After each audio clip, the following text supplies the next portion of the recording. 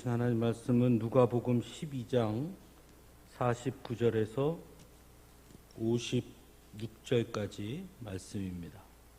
누가복음 12장 49절에서 56절까지 말씀 찾으신 줄 알고 제가 봉독합니다. 나는 세상에다가 불을 지르러 왔다. 불이 이미 붙었으면 내가 바랄 것이 무엇이 더 있겠느냐. 그러나 나는 받아야 할 세례가 있다. 그 일이 이루어질 때까지 내가 얼마나 괴로움을 당할는지 모른다. 너희는 내가 세상에 평화를 주러 온 줄로 생각하느냐. 내가 너희에게 말한다. 그렇지 않다. 도리어 분열을 일으키러 왔다. 이제부터 한 집안에서 5 식구가 서로 갈라져서 셋이 둘에게 맞서고 둘이 셋에게 맞설 것이다.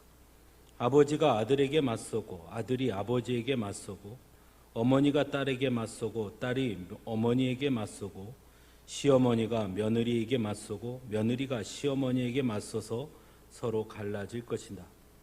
예수께서 무리에게도 말씀하셨다. 너희는 구름이 서쪽에서 이는 것을 보면 소나기가 오겠다고 서슴지 않고 말한다.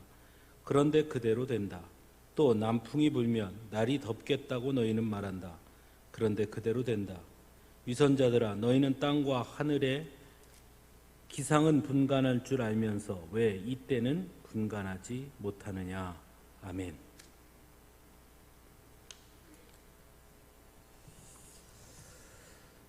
오늘 읽은 이 본문을 보면서 가장 먼저 드는 생각은 당혹감이죠. 왜냐하면 성경이 일관되게 예수님을 표현하는 것 중에 하나가 평화의 왕이시고 모든 분열을 오히려 넘어서셔서 모두를 화평케 하시는 분이 예수님이다라고 우리는 그렇게 알고 있고 또 성경이 그렇게 묘사하고 있기 때문에 오늘 같은 본문을 보면서 나는 분열을 일으키러 왔다라고 하시는 이런 본문을 보면 이것이 도대체 어떤 뜻일까 하는 당혹감을 갖게 됩니다. 그래서 이런 본문을 이해하는 데는 매우 조심스럽게 접근하지 않으면 예수님께서 하신 말씀과는 전혀 다른 뜻으로 해석하고 받아들일 소지가 많이 있다 할 수 있습니다. 오늘 본문에서 예수님은 나는 세상에다가 불을 지르러 왔다. 불이 이미 붙었으면 내가 바랄 것이 무엇이 더 있겠느냐라고 말씀하지요. 이 말씀에서 우리가 먼저 알 수 있는 것은 예수님께서 말씀하시는 불이 부정적인 의미가 아니라 긍정적인 의미라는 것을 알 수 있습니다. 왜냐하면 불이 이미 붙었으면 내가 바랄 것이 무엇이 더 있겠느냐라고 말씀하시는 것으로 봐서 예수님께서 원하시는 불이 붙기를 원하시는데 그 불이 아직 붙지 않았고 그래서 나는 그 불을 더 강하게 붙이기 위해서 이 땅에 왔다. 이렇게 이제 말씀하시는 것으로 이해할 수 있습니다. 우리가 쉽게 생각하면 우리가 성경을 이해하는데 많은 사람들이 아주 잘 빠지기 쉬운 이 오류 중에 하나가 어떤 상징을 어떤 하나의 것으로 딱 규정 짓는 거예요. 그 신천지 이단에 가면 비유풀이라고 하거든요. 그것도 똑같은 겁니다. 여러분 근데 우리도 그와 비슷한 고정관념 비슷한 것들이 사실은 머릿속에 있어요. 성경을 볼 때에도. 자, 한번 생각해 보십시오. 불 하면 뭐가 떠오릅니까? 성경에서 불. 네, 맞아요. 불 하면 성령이에요. 그럼 긍정적이죠. 그럼 부정적으로 불 하면 뭐가 생각나요? 심판이 떠오르죠. 그렇죠? 불, 심판, 아니면 불, 뜨거운 성령, 성령의 불같이 임하신 성령, 이렇게 이해하기가 쉽거든요. 그러면 오늘 예수님께서 말씀하신 내가 불을 붙이러 왔다. 여기서 불이 뭘까? 불은 성령이니까 여기서도 성령일 거야.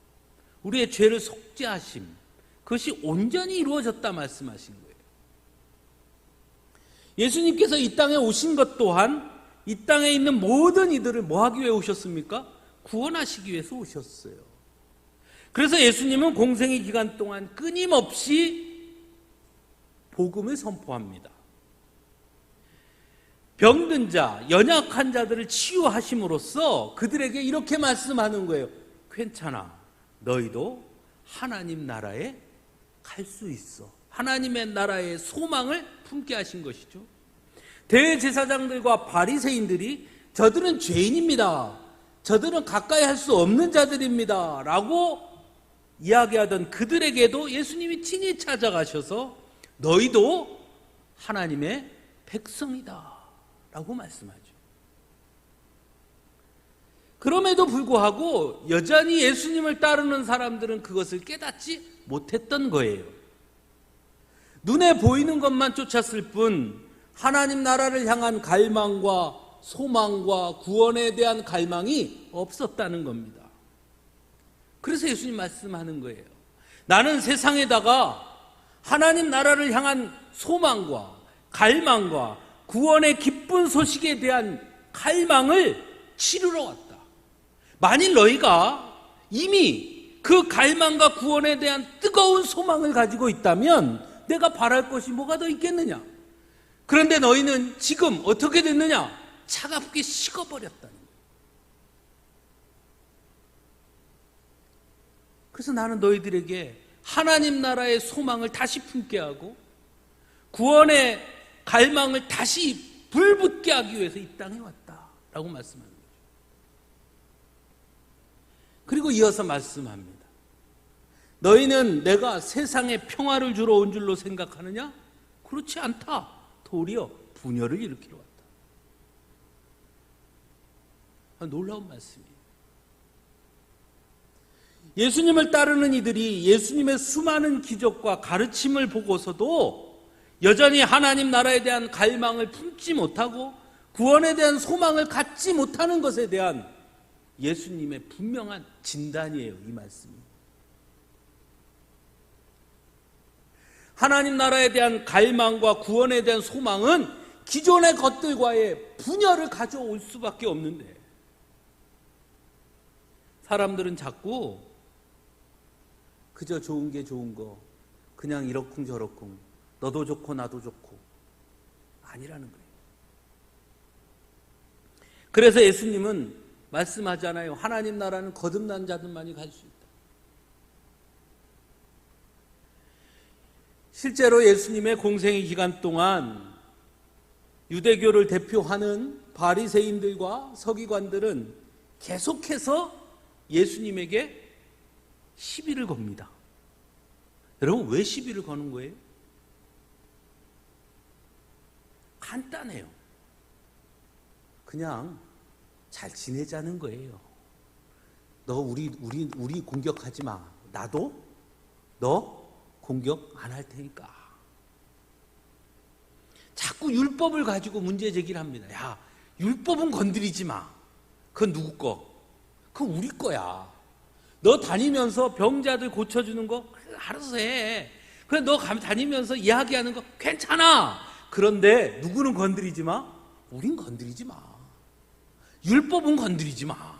율법은 누구 거? 내 거. 그러니까 건들지 마. 그러니까 그거만 안 건드리면 내가 시비 안 걸게. 병자를 고쳐줬다고 시비 걸지 않아요. 예수님께서 다른 말씀한다고 시비 걸지 않아요. 뭐 갖고 겁니까? 율법의 문제만 가지고 계속 시비를 거는 거예요. 그건 건드리지 말랬잖아. 왜 자꾸 건드려? 그냥 너는 너대로 나는 나대로 그렇게 적당하게 서로 평화를 누리면서 그냥 이렇게 가면 되는데 왜 자꾸 문제 제기해? 이거는 초대교회 때도 마찬가지였어요. 예루살렘 교회도 마찬가지였어요. 처음 예수님께서 부활하시고 승천하신 이후에 교회가 세워지지요. 그때는 유대교와 예루살렘 교회가 서로 대립하지 않았어요. 유대교인들은 예루살렘 교회도 유대교의 한 분파로 여겼습니다. 그래서 베드로와 요한을 부르잖아요. 그리고 이렇게 말해요. 야, 괜찮아. 해. 근데 뭐는 말하지 마? 부활은 말하지 마. 그때 베드로와 요한이 뭐라고 그럽니까? 내가 사람의 말을 따르는 게 옳겠습니까? 하나님의 말을 따르는 게 옳겠습니까? 내가 부활을 직접 봤습니다. 어찌 내가 말하지 않겠습니까? 나는 계속해서 부활을 전할 수밖에 없습니다. 그 순간 어떻게 됐습니까? 팍 갈라지는 거예요. 그때부터 예루살렘 교회는 유대인들에게 탄압받기 시작합니다.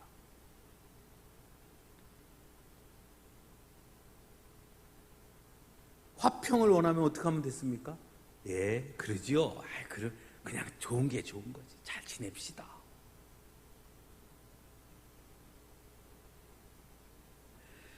누가복음 16장 16절에서 예수님 이렇게 말해요. 율법과 예언자는 요한의 때까지다. 그 뒤로부터는 하나님 나라가 기쁜 소식으로 전파되고 있으며 모두 거기에 억지로 밀고 들어간다. 이제 율법이 아니라 하나님 나라의 복음이 선포되었다. 그래서 뭐냐? 분열이라. 그럼에도 불구하고 예수님의 기적을 따라다니는 사람들 중에는 여전히 율법과 그들의 규례와 경전을 의지하는 사람들이 있었습니다. 그들에게 예수님 말씀하는 거예요. 나는 분열을 일으키러 왔다. 예수님이 전하시는 하나님 나라와 복음을 통해 율법과 경전과 규례와의 분열을 일으키러 왔다. 나는 그들과 평화를 위해서 온 게 아니야. 적당히 서로 너도 좋고 나도 좋고 하기 위해서 온 게 아니다 라고 말씀합니다. 또한 예수님께서 말씀하시는 분열은 자기 자신이에요. 마태복음 7장 13절에서 예수님 이렇게 말씀하죠. 생명으로 이끄는 문은 너무나도 좁고 그 길이 비좁아서 그것을 찾는 사람이 적다. 예수님을 따라가는 길은 사람들이 잘 안 간다는 거예요. 사람들이 잘 안 간다는 것은 무슨 뜻이에요? 인정받지 못한다는 거예요. 편안한 길도 아니에요. 좋아하는 길도 아니에요. 누구나 가고 싶어하는 길도 아니에요. 많은 사람들이 가지 않는 길이니 객관적으로 검증된 것도 아닌 것처럼 보여요. 그래서 아무도 가지 않으려고 해요. 그런데 예수님을 따르려면 뭐래요? 그 길을 가야 된다는 거예요. 그 길을 따라가야 된다는 거예요. 모든 사람들이 가지 않으려고 하는 그 길을 가야 된다는 거예요. 그러려면 어떻게 해야 됩니까? 내가 깨져야 돼요. 기존에 내가 가지고 있던 생각으로는 결코 그 길을 갈 수 없습니다. 그래서 예수님 말씀하시죠. 나를 따르려거든 자기를 부인하고 자기 십자가를 지고 나를 따르라. 자기 분열이에요. 기존의 나의 것과의 완전한 분열을 이루어야 돼요. 부자로 살고 싶죠. 분열해야 돼요. 편안하게 살고 싶죠. 분열하는 거예요. 모든 사람과 너도 좋고 나도 좋고 화평하며 살고 싶죠. 또 분열해야 돼요. 그래서 자기 분열이 일어나야 돼요. 그걸 말씀하는 거예요. 나는 그것을 위해서 왔다. 예수님을 따르는 사람들 역시 마찬가지였어요. 예수님을 따르면서도 다른 생각들을 했습니다. 대표적인 것이 뭐가 있을까요? 야고보와 요한이 예수님의 오른쪽 왼쪽 놓고 다퉜잖아요. 그걸 보고 제자들이 어떻게 했어요? 자기들도 기분 나빠했잖아요. 무슨 뜻입니까? 속으로 자신들도 다 그 생각하고 있는 거예요. 그들은 여전히 좁은 길을 생각하지 않고 있었습니다. 예수님을 따라가면서도 여전히 그들은 넓은 길, 편안한 길, 평안한 길, 성공의 길, 권력의 길을 생각하고 있었던 거예요. 그래서 말씀하는 거예요. 나는 분열을 일으키러 왔다. 그거 아니다. 자기 분열이 일어난다.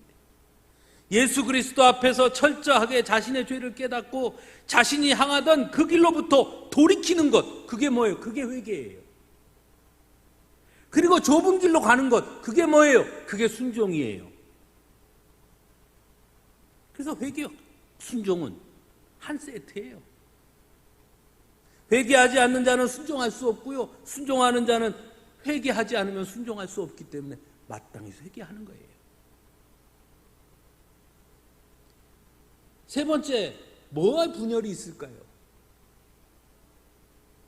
사람들과의 분열입니다. 사실은 이 본문이 해석하기가 제일 어려워요. 왜? 이단들이 이 본문을 정말 좋아합니다. 예수님이 이렇게 말씀하죠.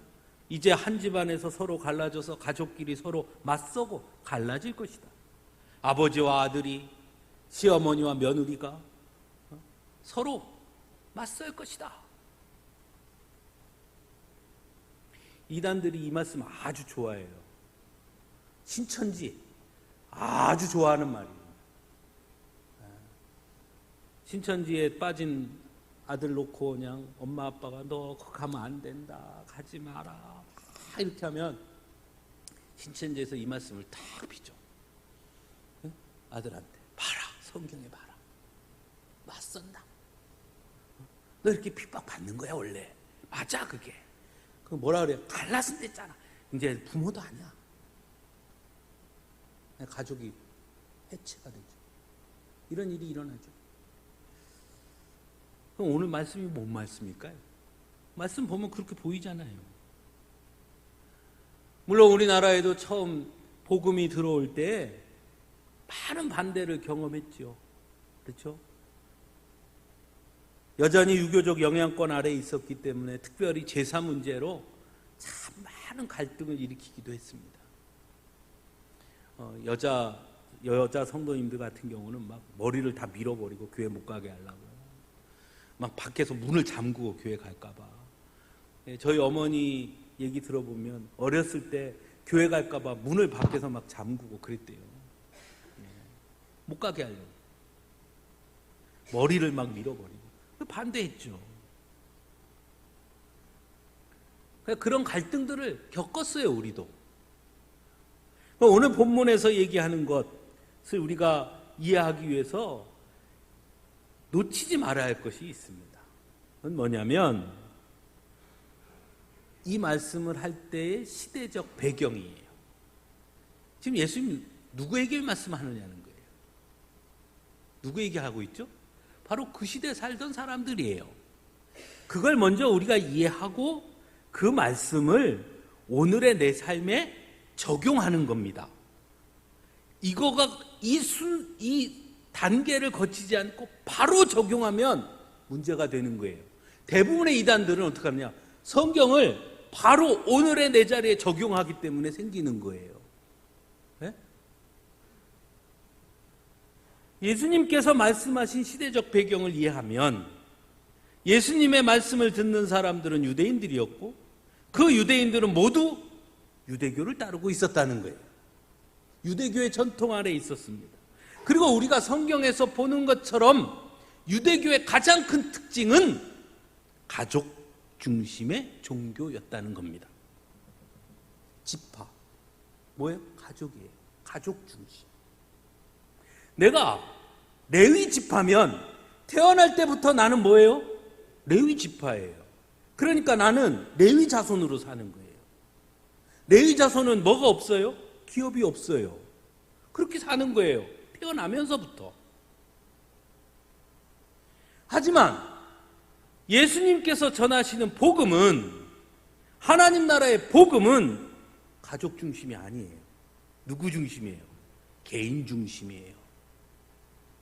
아버지가 하나님 나라의 복음을 받아들였다고 해서 그 자녀도 자연스럽게 당연히 받아들여지거나, 또는 아버지가 하나님 나라의 복음을 받아들임으로 구원받았다고 해서 자식이, 그 아들이 자연스럽게 구원받는 게 아니에요.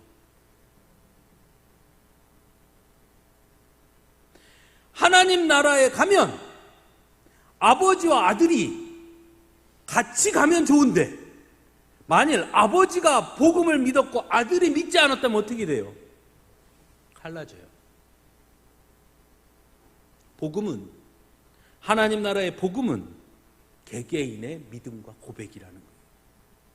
유대교는 가족 중심이었다. 여기에 차이가 있는 거예요. 그래서 그 말씀을 하는 거예요. 가족 간에 갈라진 것이다.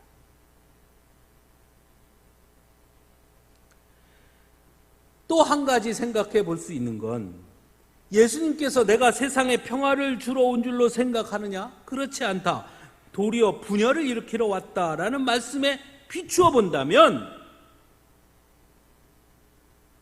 하나님 나라의 복음은 결코 양보할 수 없다는 것이기도 하죠. 가족이라고 해서. 사실은 이 부분에서 우리가 잘 이해해야 돼요. 그러니까 가족도 버리라는 뜻입니까? 여러분, 성경에서 가족을 버리라고 가르쳐 주지는 않아요. 물론 버리죠, 가족을. 베드로와 야고보와 요한은 예수님께서 나를 따르라 그러니까 뭐라고 나와요, 거기에? 아버지를 버리고 예수님을 따라갔지요. 또 성경에 보면 예수님께서 나를 따르라 하니까 나는 장례를 치르고 가겠습니다. 죽은 자는 죽은 자에게 장례 치르게 하고 너는 나를 따르라 하지요. 제가 조금 전에 말씀드렸잖아요. 그런 말씀들을 이해할 때는 반드시 그 본문의 내용을 먼저 이해하고 그 다음 내 삶에 적용하는 거예요. 근데 그 말씀을 지금 탁 가지고 와가지고, 야, 베드로도 아버지 버리고 예수님 믿었어. 아버지가 교회 못 다니게 하면 버려버려. 그리고 너는 교회로 와. 아니라는 거예요. 그런 말씀들이 있지만 그것은 예수님을 따르는 것이 그만큼 큰 결단이라는 걸 강조하는 것이지, 그것보다 훨씬 더 많이 성경에는 부모를 공경하라는 말씀이 훨씬 더 많습니다. 그러나 오늘 말씀에서 예수님이 말씀하시는 것은 그만큼 큰 결단이라는 거예요. 가족을 부정하거나 버리라는 것이 아니라 그저 가족끼리 평안하게 살기 위해서 복음을 전하는 일을 하지 않는 것, 그것은 아니라는 거예요.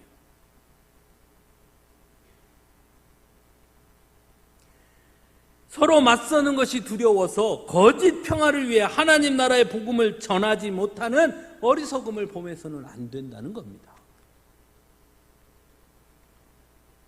그래서 56절에 말씀해요. 너희는 땅과 하늘의 기상은 분간할 줄 알면서 왜 이때는 분간하지 못하느냐. 예수님께서 공생애를 시작하면서 첫 일성이 뭡니까? 때가 찼고 하나님 나라가 가까이 왔느니라. 더 이상 평화를 위해서, 거짓 평화를 위해서 머뭇거릴 때가 아니라는 거예요. 맞서서라도 사랑하는 가족의 구원을 위해서 끊임없이 하나님 나라의 복음을 전해야 한다는 거예요. 왜? 때가 찼고 가까이 왔기 때문에.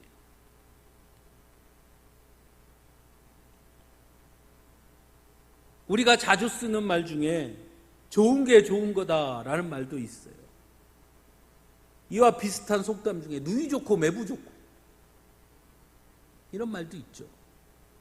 특히 요즘 개인주의 시대에서 남에게 도움이 되는 사람은 못 될지언정 피해를 주는 사람은 되지 말자라고 말하기도 합니다. 다른 사람들과 부딪히는 것을 그래서 좀 꺼려하기도 합니다. 우리 아들이 그러더라고요. 아빠, 제가 저녁에 이렇게 운동한다고 이렇게 걸으면, 우리 아들이 언젠가 그러더라고요. 아빠, 괜히 이렇게 운동하다가 사람들 눈 마주치지 마.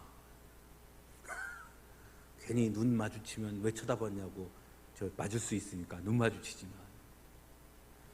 저 운동할 때 땅만 쳐다보고 운동, 하늘만 쳐다보고 운동하고 그럽니다. 부딪히지 않으려고 해요. 코로나 시대를 겪으면서 교회에 대한 이미지가, 부정적인 이미지가 많이 쌓였어요. 그러다 보니까 어느 순간부터 성도들조차도 다른 사람들에게 자신이 성도라고 말하지 않는 사람들이 점차 늘어나고 있기도 합니다. 젊은이들 중에는 더욱 심하기도 하죠. 얼마 전에 커피숍에서 우리 시차례 목사님들하고 커피를 마시는데 저쪽에 젊은 애들이 이렇게 모여서 커피를 마시더라고요. 아무래도 목사님들하고 커피를 마시다 보니까 대화 주제가 뭐 성경 이야기도 하고 뭐 교회 얘기도 하지 않겠습니까? 우리가 그런 얘기를 하니까 들렸나 봐요. 그러니까 그 중에 한 청년이 앞에 있는 청년한테 야, 너도 교회 다닌다 그랬지? 이렇게 묻더라고요. 그 청년의 대답이 정말 가관이었습니다. 뭐라고 말하냐? 이렇게 말해요. 그냥 다녀. 그냥 우리 어머니 아버지가 좋아하시니까 그냥 가, 그냥 왔다 갔다 해. 여러분, 그렇게 답한 사람이 너도 교회 다닌다며 하는 친구를 전도할 수 있을까요? 전도하겠어요? 안 해요.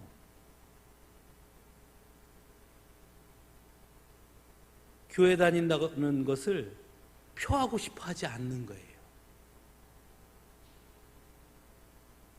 하지만 오늘 예수님 말씀 한번 생각해 봅시다. 예수님 이렇게 말씀하잖아요. 야, 복음은 좋은 게 좋은 거 아니야. 그저 적당하게 서로 화평을 위해서 복음을 양보하는 것은 있을 수 없는 일이야. 교회도 다니면서 세상 속에서 적당하게 어울려 사는 거 그거 아니야. 예수님을 따른다는 것, 하나님 나라의 소망을 품고 산다는 것은 엄청난 결단이야. 그래서 이전 것과의 분열을 가져올 수밖에 없어. 그것을 내가 인정하는 거야. 이전의 살던 삶의 방식과 가치와 방향에 분열을 가져오는 일이고, 그래서 그 길을 가려는 사람은 적은 거예요. 마지막 때에는 그래서 찾아볼 수가 없다고 말하죠. 단호하게 말씀합니다. 이것도 저것도 아닌 화평이 아니다.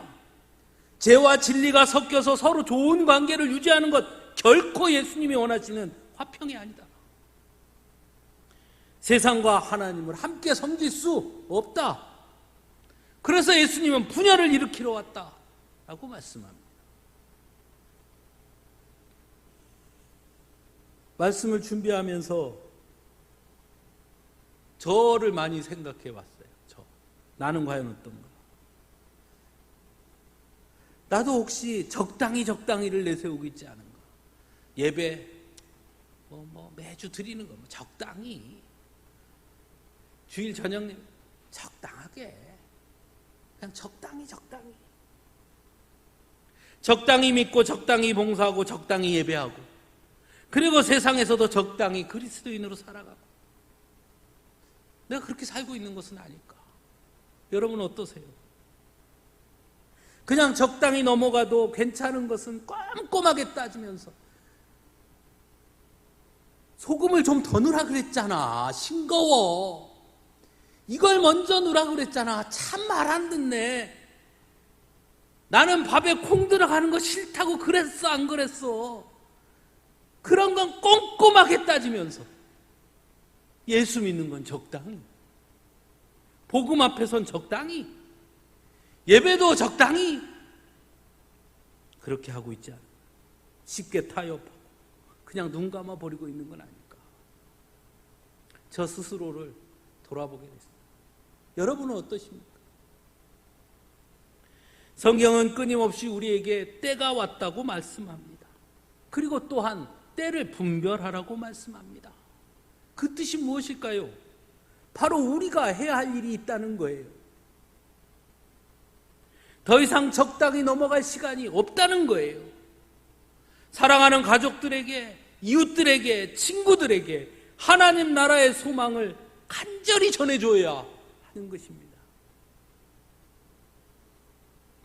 적당하게 한번 얘기하고 상대방이 듣기 싫어한다고 그래서 오히려 관계만 나빠질 것 같으니까 좋은 관계를 유지하기 위해서 적당히 넘어갈 시간이 없다는 거예요. 가끔 전화로 보험 권유 전화가 올 때가 있죠. 저한테도 가끔 전화가 와요. 보험. 맨 처음에는 뭐 02 이렇게 오더라고요.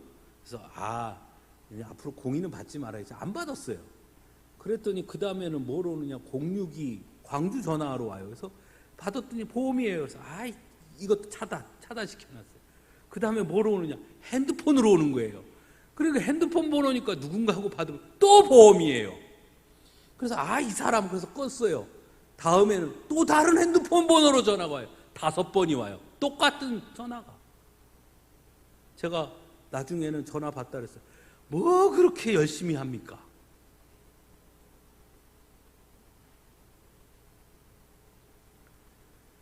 저는 가끔 그런 보험 하시는 분들을 이렇게 볼 때 그걸 느껴요.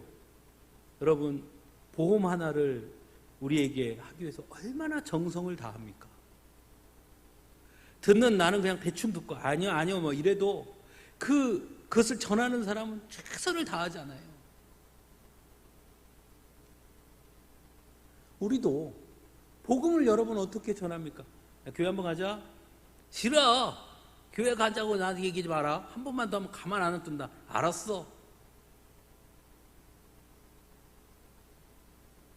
진지하게 사랑의 마음을 담아서 정말 친솔하게 복음을 전해야죠. 친구야, 내가 너 좋아하는 거 알지? 네가 이거 싫어, 내가 이 말하면 네가 싫어할 수도 있을 것 같은데 내가 정말 너를 위해서 이 말을 하지 않으면 안 될 것 같아. 그 전하는 거예요. 정말 마음을 다 담았어. 왜 그런지 아십니까? 그냥 한번 와봐. 아니에요. 왜냐? 복음을 받아들이는 순간 그 사람도 뭘 해야 돼요?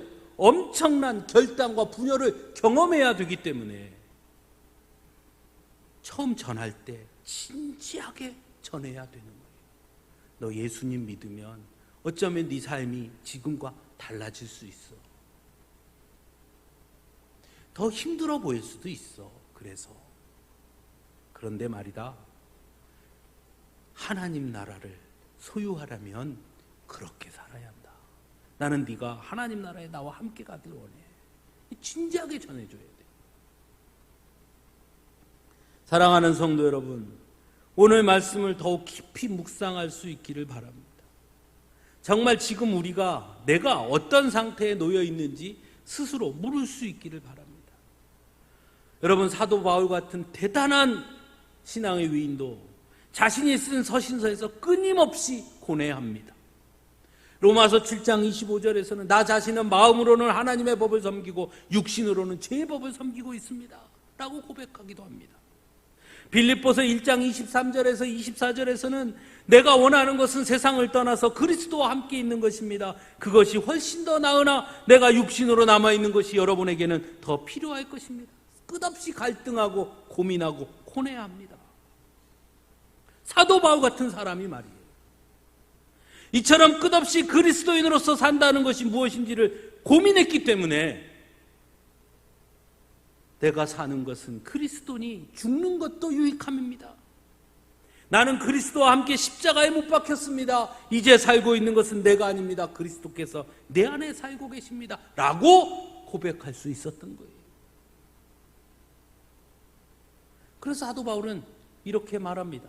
나는 하나님의 은혜를 헛되게 하지 않습니다. 그리스도의 심장을 지녔습니다. 그것이 바로 성도의 자세 아니겠습니까? 사랑하는 성도 여러분, 결단이 있어야 합니다. 적당히 믿는 건 믿음이 아니에요. 믿음에는 적당이라는 말이 없어요. 순종에도 적당히가 없어요. 100% 순종이냐 순종하지 않느냐만 있을 뿐이에요. 100% 믿느냐 믿지 않느냐만 있는 것이에요. 60% 믿는다, 그건 믿지 않는 거예요. 예수님은 오늘 말씀을 통해 우리에게 그것을 가르쳐주고 계십니다. 함께 기도하겠습니다.